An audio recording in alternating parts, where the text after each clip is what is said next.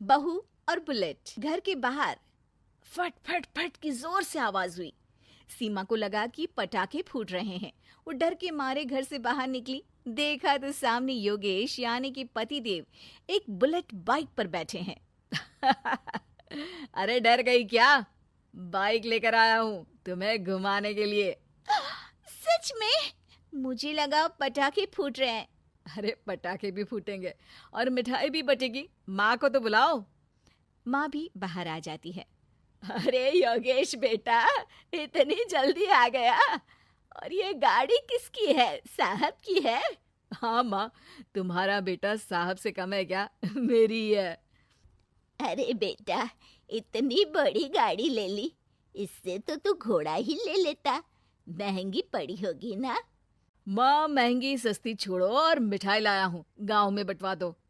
अरे बंटवा क्यों दो? पीछे बैठो, गांव में बांट कर आते हैं। सब खुश थे। योगेश गांव के बाहर एक कोयले की खदान में मजदूरी करता था। मेहनत और अकल से उसने वहां ठेकेदारी का काम सीख लिया और सूझबूझ से ठीक ठाक पैसा बनाने लगा।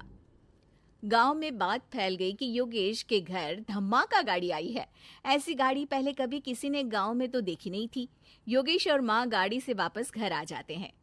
बेटा, बाबूजी ऊपर से देख रहे होंगे और आशीर्वाद भी दे रहे होंगे तुझे। वो होते तो उनको भी घुमाता माँ। पूरे गांव में नाच नाच के मिठाई बांटने जाते। जैसे मैंने नाच नाच के बांटी थी जब वो अपने लिए एक साइकिल लेकर आए थे। बस बस, बाबूजी दो बात भी सुनाते कि फटफट वाली फटफटी ले आया। सीमा आगे कहती है, अपने लिए तो ये गाड़ी ले आए और मेरे लिए? अरे ये गाड़ी तुम्हारे लिए ही तो है। पक्का मेरे लिए है? अरे पक्का तुम्हारे लिए है। अगली सुबह जब योगेश सो रहा होता है तो उसे बाहर से गाड़ी की आवाज आती है। वो घबरा कर चिल्लाता है, चोर चोर, मेरी गाड़ी ले जा रहा है, चोर चोर। माँ भी जागती है और योगेश के साथ दरवाजे की तरफ भागती है। जैसे ही दोनों बाहर निकलते हैं तो देखते हैं कि सीमा गाड़ी चला रही है। अरे बहू, नाक कटवाओगी क्या? ये क्या कर रही हो? अरे गिर जाओगी, ये क्या कर रही हो तुम? सीमा गाड़ी को रोक कर कहती है, सारे गांव में घुमा लाई, कहीं नहीं गिरी। क्या? सारे गांव में घुमा लाई? अरे लोग क्या कहेंगे बहू? सोचा क्या एक बार? यही कहेंगे कि कितनी अच्छी गाड़ी है। अरे तुम्हारे बारे में। हाँ कहेंगे ना कि देखो कितनी अच्छी गाड़ी पर बैठी है।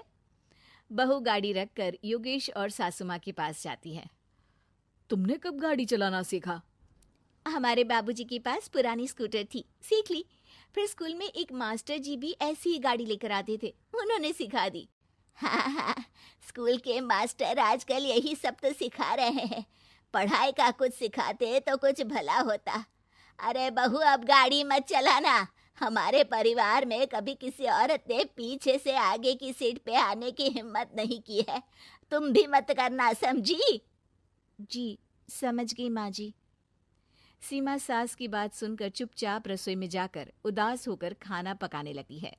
सास सुबह सुबह मंदिर से पूजा करके लौट रही होती है। तभी उसे दो औरतें रोक लेती हैं और कहती हैं, अरे बहू को थोड़े अच्छे लक्षण भी सिखा दो। गाड़ी चलाने निकली थी, गांव की मर्यादा का कोई ख्याल नहीं है। वही तो। अरे पैसे आने लगे हैं तो क्या मतलब कि किसी रीति रिवाज को नहीं मानोगे? अरे समाज में रहना है तो समाज के ढंग से ही रहना पड़ता है। अरे लाज भी नहीं आई बहू को? चूल्हे चौके से निकलकर सीधे गाड़ी लेकर चौराहे चबूतरे नाप लिए, फट फट फट करते हुए। अरे कुछ कह देना उसे। अरे ये क्या कहेगी? बूढ़ी सास है, इनकी थोड़ी ना चलती होगी घर में। हाँ, बहू की ही चलती होगी, मर्जी भी और गाड़ी भी। सास सब सुनकर घर आती है और बहू को चिल्ला के बुलाती है, अरे नाक कटवा दी सबके सामने गाड़ी चलाकर। औरत जात गाड़ी नहीं चलाती। शहरों में तो 4 पहियों वाली गाड़ी भी चलाती हैं और हेलीकॉप्टर, हवाई जहाज भी। शहर में थोड़ी ना रहती हो मैडम साहिबा। आज के बाद गाड़ी से ही नहीं, यूं भी निकलना बंद तुम्हारा घर से। माँ सही कह रही है। कहीं भी जाना हो तो मुझे बता देना, मैं लेकर चलूंगा। आज माँ को तुम्हारे कारण कितनी बातें सुननी पड़ी। इतना कहते हुए योगेश वहां से चला जाता है।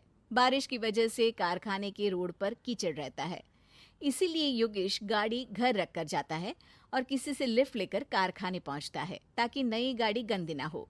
लेकिन शाम को इतनी तेज बारिश होती है कि उसे वापस आने का कोई साधन ही नहीं मिलता। बारिश बढ़ती जाती है। रात के 11 बज जाते हैं। रास्ते में एक नदी का ब्रिज है। अगर उस पर पानी आ गया तो योगेश कारखाने में ही फंस जाएगा। पूरी रात भूखे प्यासे बितानी पड़ेगी। घना अंधेरा, बिजली की कड़कड़ाहट और तेज बारिश। राजेश डर भी रहा था, ठंड से कांप भी रहा था। तभी उसे रोड से आती हुई एक रोशनी दिखती है। वो देखता है कि उसके सामने एक बाइक आकर खड़ी हुई है। वो ऊपर वाले को धन्यवाद देकर उस बाइक वाले आदमी की तरफ बढ़ता है, पर पास जाकर देखता है तो भौचक्का रह जाता है। सीमा, तुम यहाँ इतनी बारिश में गाड़ी पर? पहले बैठो तो, नदी ब्रिज पे आ जाएगी तो जाना मुश्किल हो जाएगा। योगेश गाड़ी के पीछे बैठता है। सीमा गाड़ी चला रही है। मैंने तो तुमको पहचाना ही नहीं। गाड़ी की आवाज तो पहचानी होगी ना। अरे पर मुझे नहीं पता था कि तुम आओगी। अच्छा किया कि तुम आ गई। माँ नहीं आने दे रही थी, पर हमेशा पति पत्नी की रक्षा थोड़ी ना करेगा, पत्नी को भी तो करनी चाहिए। योगेश को सुबह अपने किए पर पछतावा होता है। उसकी आंख में आंसू आ गए जो बारिश की बूंदों में बह गए थे। उसके बाद सीमा को सास ने और योगेश ने खुशी खुशी समाज की सीमा लांघने की मंजूरी दे दी। अब वो जहां भी जाती फट फट फट गाड़ी पे ही जाती।